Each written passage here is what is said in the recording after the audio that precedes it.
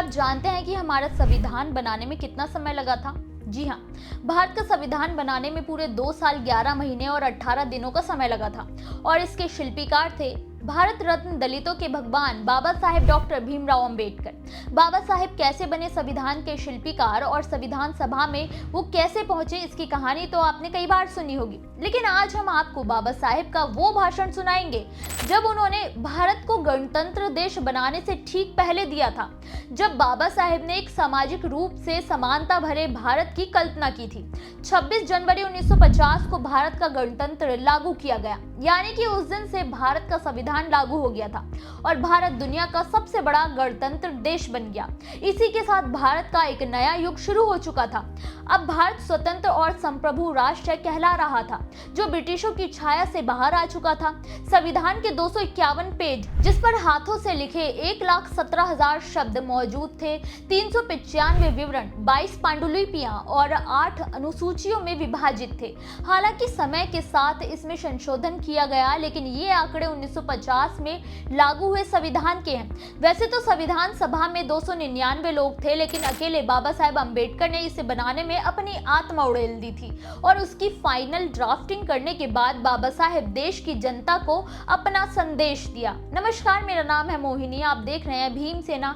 26 जनवरी 1950 को देश भर में लागू करने से पहले बाबा साहेब ने संसद के सामने 26 नवंबर 1949 को संविधान को फाइल रूप से पेश किया था। इसीलिए 2015 से आधिकारिक रूप से 26 नवंबर को संविधान दिवस के रूप में मनाया जाने लगा। बाबा साहेब ने संसद में खड़े होकर अपना भाषण दिया।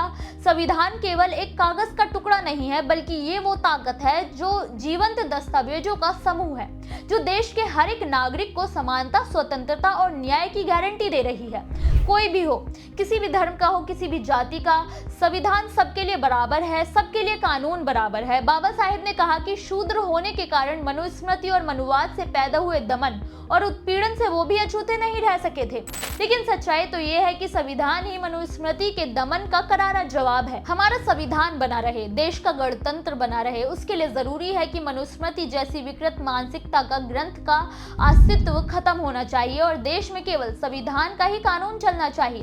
बाबा साहेब ने हमेशा कहा कि मनुवाद केवल कुछ लोगों को ऊंचा बताने और कुछ लोगों को दबाने के लिए तैयार की गई व्यवस्था है, जिसका खत्म होना अनिवार्य है, तभी न्याय और समानता संभव है। इसलिए बाबा साहेब ने एक ऐसा संविधान बनाया जिसमें ये कानून डाले गए, जिसमें छुआछूत पूरी तरह से कानून निषेध है और जो इसका उल्लंघन करेगा उसे सजा होगी, लेकिन मनुवाद इसे न्याय संगत करार देता है। इसलिए मनुवाद को उन्होंने सिरे से खारिज कर दिया। जातिवाद केवल कुछ लोगों का बनाया गया है ताकि वो दूसरों को प्रताड़ित कर सके, उसे न्याय का नाम दिया जा सके। बाबा साहेब ने अपने भाषण में निजी विचार भी रखे। उन्होंने कहा कि उन्होंने अपने जीवन को 3 मूल मंत्र के इर्द गिर्द रखा है, जिसमें शिक्षा हासिल करो, संगठन बनाओ और संघर्ष करो। भले ही मनुवाद ने शूद्रों को शिक्षा से दूर रखा, लेकिन संविधान ने उन्हें यह अधिकार दिया है।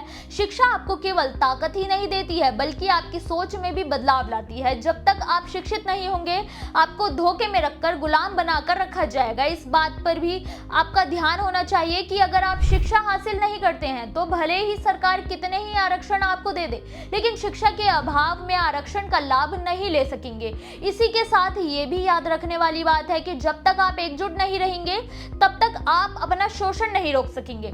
इसके लिए बेहतर है कि आप पहले संगठित हो, क्योंकि शूद्रों में भी हम जातियों में बटे हुए हैं। हमारी एकता की कमी के कारण सदियों से फायदा उठाया जा रहा है।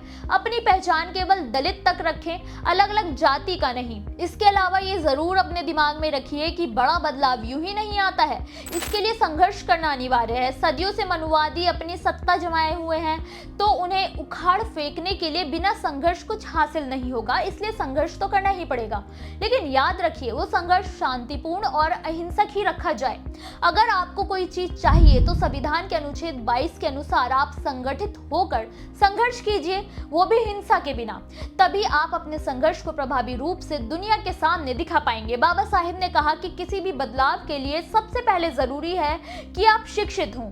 न केवल पुरुष बल्कि महिलाओं को भी शिक्षित होना जरूरी है, क्योंकि महिलाओं की शिक्षा एक बड़े बदलाव की दिशा में उठाया गया सबसे बड़ा और मजबूत कदम है। शिक्षा केवल आपको किताबी ज्ञान ही नहीं देंगी, बल्कि आपको बताएंगी कि अंधविश्वास, ढोंग जैसी कोई चीज नहीं होती, ये केवल डराने के लिए मनुवादियों की बनाई नीतियां हैं। ये आपको आर्थिक रूप से मजबूत देने के लिए अहम है।